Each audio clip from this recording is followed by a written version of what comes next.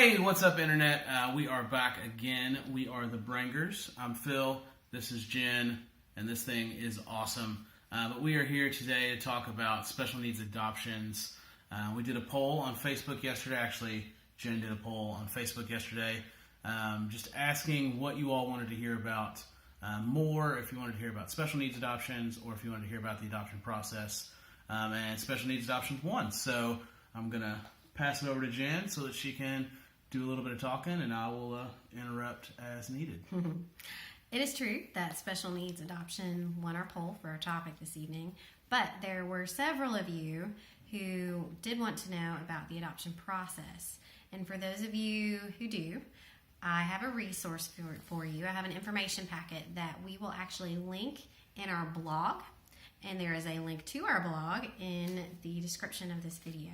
So yes, take a look at that. I'll try to get it up very soon so that it will be available to you. And if you do want to be sure you see the video when we do talk about the adoption process in the future, just make sure you hit the subscribe button so that you see all of our videos when they come out. We're going to try and do this thing twice a week, so just be ready to learn all about adoption. So, special needs adoption. It is a big topic to tackle in a YouTube video, perhaps too big, but we're going to give it a shot. And just a disclaimer, our comments are based on our personal experiences as well as just the education that we've gotten through books and talking to other parents and just what we've learned in our journey along the way. We hope it'll be helpful, but our opinions might not be shared by the next special needs adoptive parent, but that's okay, and we just want to share our journey with you. But I do want to talk about why it is true that the majority of children who are available for adoption have some sort of special need. And the first kind of category we're looking at when we talk about special needs are children who have a medical diagnosis.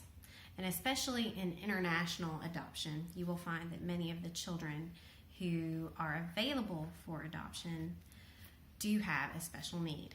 And part of the reason for this is because within other countries, domestic adoption within their own country is favored, because that will give that child an opportunity to have an ongoing connection with their cultural identity, and will mean that they don't have to suffer through that kind of cultural loss.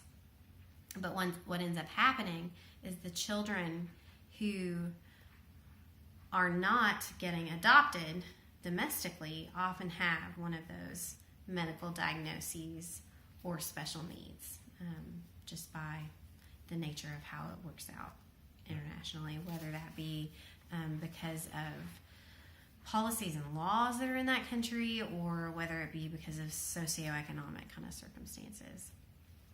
So you've got kind of pre-existing medical conditions that can be special needs, but you've also got needs such as developmental delays that can arise in transitional care of a child. So, for instance, while a child is awaiting adoption, which in many cases internationally looks like them being cared for in an institution, we refer to that as institutionalization. And that, as you could imagine, is not the optimal environment for a child to grow up in the vast majority of cases, because under those type of circumstances, and really within the birth parent's home as well, this can of course occur. But we're talking about the delays that result from trauma and chronic stress. So trauma, when we talk about that, we're talking about abuse and neglect. We're also talking about like big events that are traumatic for a child, or something that they witness that is traumatic. And when we're talking about chronic stress, we're talking about something that can happen when a child has limited resources, when there are domestic issues in the home, and even can mean exposure to environmental toxins.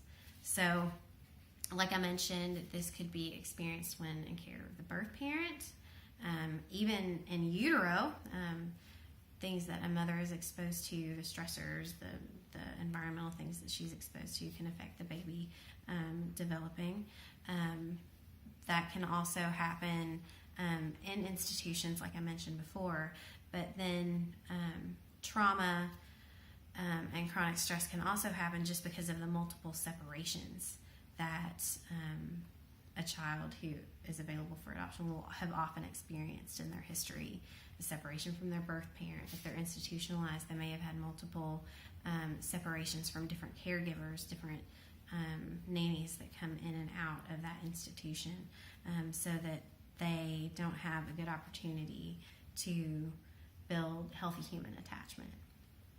So, again, when we say special needs, we're talking about a medical diagnosis or physical or cognitive developmental delays that often result from this trauma and stress that a child has experienced in their history. So, I did want to talk a little bit about, just really quickly, why trauma and stress affect development, and I'll try to do this as fast as I can. But basically, those experiences that a child has in early life cause physical changes in the brain. Their brain looks different from a child who has been nurtured and loved, and have what we think as a quote-unquote normal, caring child experience. It causes changes in neurotransmitters in the brain, and it essentially rewires the brain to be on a hair trigger for stress. Like a small stressor may cause that flight or fight response in a child that wouldn't cause one in another child. That's why you hear adoptive parents oftentimes talking about meltdowns. When you hear an adoptive parent talking about a meltdown, we are not talking about a tantrum. We are talking about something far and beyond a tantrum in intensity and duration, how long it lasts. Yeah. But it can result in poor working memory and focus, inability to have self-control and regulate their emotions, which can affect acquisition of skills, learning in school, social, just being social with other children. It can affect all sorts of things.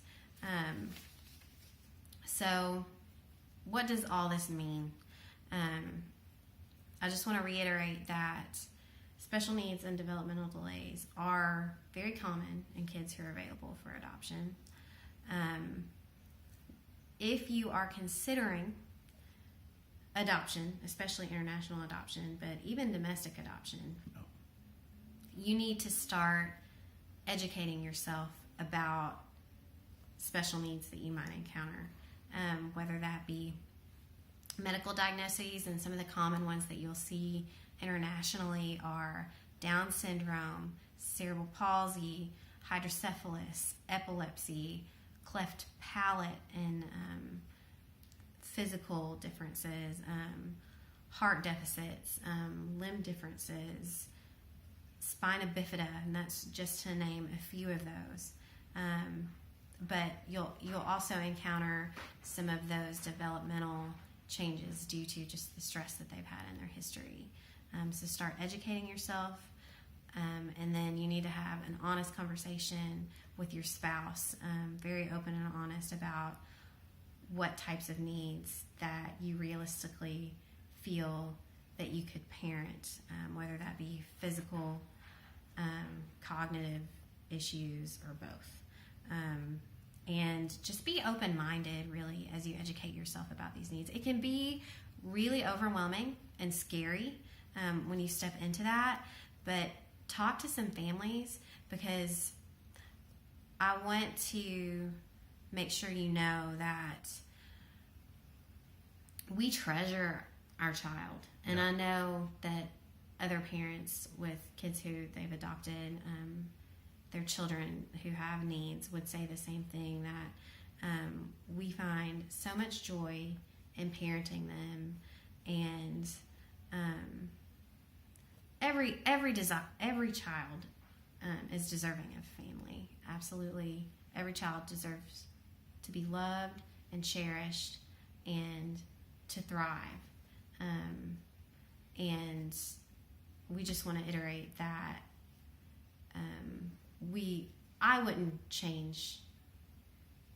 I don't think I would change the past, because I find so much joy in parenting Micah.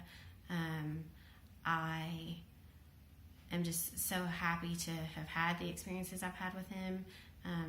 And they've probably grown and changed me more than he has grown and changed, and that's saying something, because he has done amazing. So our decision personally, when we decided to step forward into adoption, had to do with our choice to pursue a child who had some type of physical delay or physical medical diagnosis, like musculoskeletal kind of thing, because we felt special equipping with my background as a physical therapist, that we would be able to support and advocate a child, and that has definitely been true of us. But you just have to be real honest with each other, and I'll let Phil speak a little bit more to his experiences. Yeah, it was definitely a lot harder for me. 5 or 6 years ago, when we started our first adoption process, started thinking about starting our first adoption process, and we, began talking about what it would look like and what our family was going to look like and what was going to be made up of. I was mentally, I was in a different place than I am now. Just the idea of, I don't know, it just kind of panicked me a little bit, not having a kid that I could do the quote unquote normal things with. Like, growing up, I loved riding my bike with my dad, and the reality is, like, I'm probably never going to have a normal riding a bike with my son, but that doesn't mean that he can't get on his wild thing and rip it through the front yard while I'm mowing grass or whatever. And we can find ways to spend time together. And just a couple hours ago, as he was going to bed, he yelled from his room, just as he was climbing to bed, he yelled, "Daddy, I love you." And, like, no amount of riding a bike or playing soccer or playing basketball or any of that stuff that may or may not ever happen can take that away. And just he's an awesome kid, and I cannot imagine having another son in the world at this point. So, and I mean, our life does look a little bit different. We've changed our rhythm and the things we do, and that's one thing really that drew us to the adoption of our daughter. At least, speaking for myself, I saw videos of her and pictures of her, and just looking at her moving and just thinking through just the possibilities of what she can do and what she'll be limited from, and just how easily not easily, I don't want to make it sound like it's going to be easy, but I think that she will just fit into our rhythm and the flow of our life. And the fact that we have that, and we can provide that for her, and have a mirror for her in Micah, someone that she can look up to and play with on a similar level, is just something I feel really blessed about.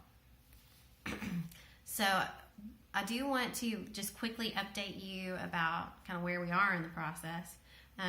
We have been given the go-ahead to start completing and kind of gathering our documents for our home study update. And that means that soon, and I say soon, I mean today, we're kind of ramping up with our fundraising stuff. So we completed our first grant application, and we actually did launch a crowdfunding site. So I won't go into too much about that right now, but adoption is very much a kind of hurry up and wait sort of game. And we're kind of in that hurry up phase right now. We're trying to get our home study done so that we can get our immigration application in, so that we then can get our dossier before the August deadline that we've got. Yep. So next time we will get a little bit more into fundraising decisions and what that looks like, and if you're going to be adopting, those kind of considerations, because it's just reality. It's something you got to think about. So we'll talk a little bit more about that, but I'll let Phil kind of close us out. Yeah. So if you could do us a favor, click the subscribe button, click the like button, and most importantly, share this video, because if we share the video, basically our friends who already know a lot of this information and know us very well, and they're going to see it. But if those of our friends who are watching this, if you share it, your friends that we don't know then see it, and their friends then see it, etc. So click the share button, get it out there. Anybody that you know that is interested in adoption, that's thinking about adoption, or just somebody you think might benefit from watching this video or any of our videos, just get it in their hands, and we would appreciate it. So y'all have a great week. We will be back this weekend.